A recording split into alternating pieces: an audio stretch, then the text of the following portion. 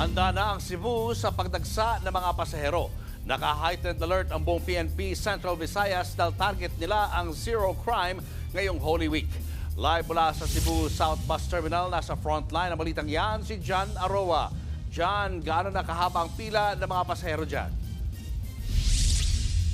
Julius, dito nga sa Cebu South Bus Terminal, ganito kahaba ang pila ng mga pasaherong dumagsa ngayon dito sa Cebu South Bus Terminal. Mula yan doon sa loob hanggang dito sa labas. Nagtsatsaga na makasakay ng bus, makauwi lang sa kani-kanila mga probinsya ngayong Semana Santa. Kaninang umaga ay libo-libo ring mga pulis ang i-deploy sa iba't ibang lugar dito sa Cebu para masiguro ang kaligtasan at seguridad ng mga deboto at turista ngayong Holy Week. Mahigit 2,000 pulis ang isa-isang binindisyonan ng Police Regional Office Central Visayas. Sila ang mga ide-deploy sa mga mataong lugar tulad ng pantalan, terminal at simbahan sa rehiyon ngayong Semana Santa. The Police Regional Office 7 personnel will be on heightened alert to ensure that everyone here in Central Visayas will be safe and secure. And we are aiming for a zero incident for this Holy Week. Sa Cebu South Bus Terminal, na isa sa pinakamalaking terminal sa Cebu, inabutan namin ang magkapatid na Romero. Naghihintay sila ng bus papuntang Buluon. Nakaplano na lahat para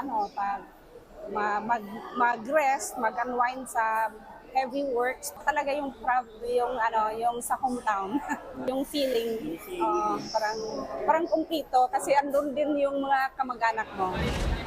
Para iwas stress sa mga biyahero, may massage chair pamparelax. Pwede rin ito sa mga tsuper ng bus at konduktor na pagod sa biyahe. Nakita ko na maraming mga pasahero dito na while nag-waiting sa mga bus, pwede magpahinga. Ininspeksyon naman ni Cebu Governor Gwen Garcia ang North Bus Terminal. Maayos na ngayon ang mga electric fan at palikuran doon. Tuloy-tuloy din ang dating ng mga pasahero sa Davao City Overland Transport Terminal. Tinapos muna raw nila ang mga trabaho bago mag-Holy Week break. Ito man akong pamilya dito. Papunta kami sa Mangagoy sa Surigao para sa Holy Week. Doon kami kasi andon yung pamilya ko. Uli ko sa Mumbalay. Uuwi ako sa amin sa Kidapawan City kasi Semana Santa. Ngayon lang nakauwi kasi may trabaho pa. Magsisimba kami doon, magdinilay-nilay at magdarasad.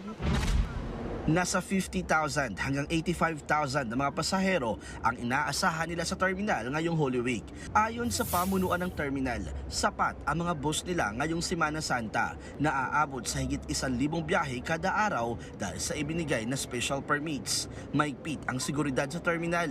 Ininspeksyon din ng LTFRB at LTO ang mga bus para sa ligtas na biyahe. Julius, ayon sa pamunuan ng Cebu South Bus Terminal, karamihan sa kanilang mga nakumpiska mula sa mga pasahero ay yung mga butane canister. Bawal na bawal po yan dahil napakadelikadong sumabog yan habang nasa loob ng bus. At bawal din yung mga matutulis na bagay tulad ng gunting. Nasa 20,000 na mga pasahero ang inaasahang dumagsa dito sa Cebu South Bus Terminal ngayong araw. Kaya ganoon na lang kahigpit ang seguridad na ipinatutupad dito sa lugar. Julius. Maraming salamat, John Aroa. Mga kapatid, Julius Babaw po. Iba na ang may alam at may pakialam sa panahon ngayon. Para sa frontline ng mga balita, mag-follow at mag-subscribe sa social media pages ng News 5.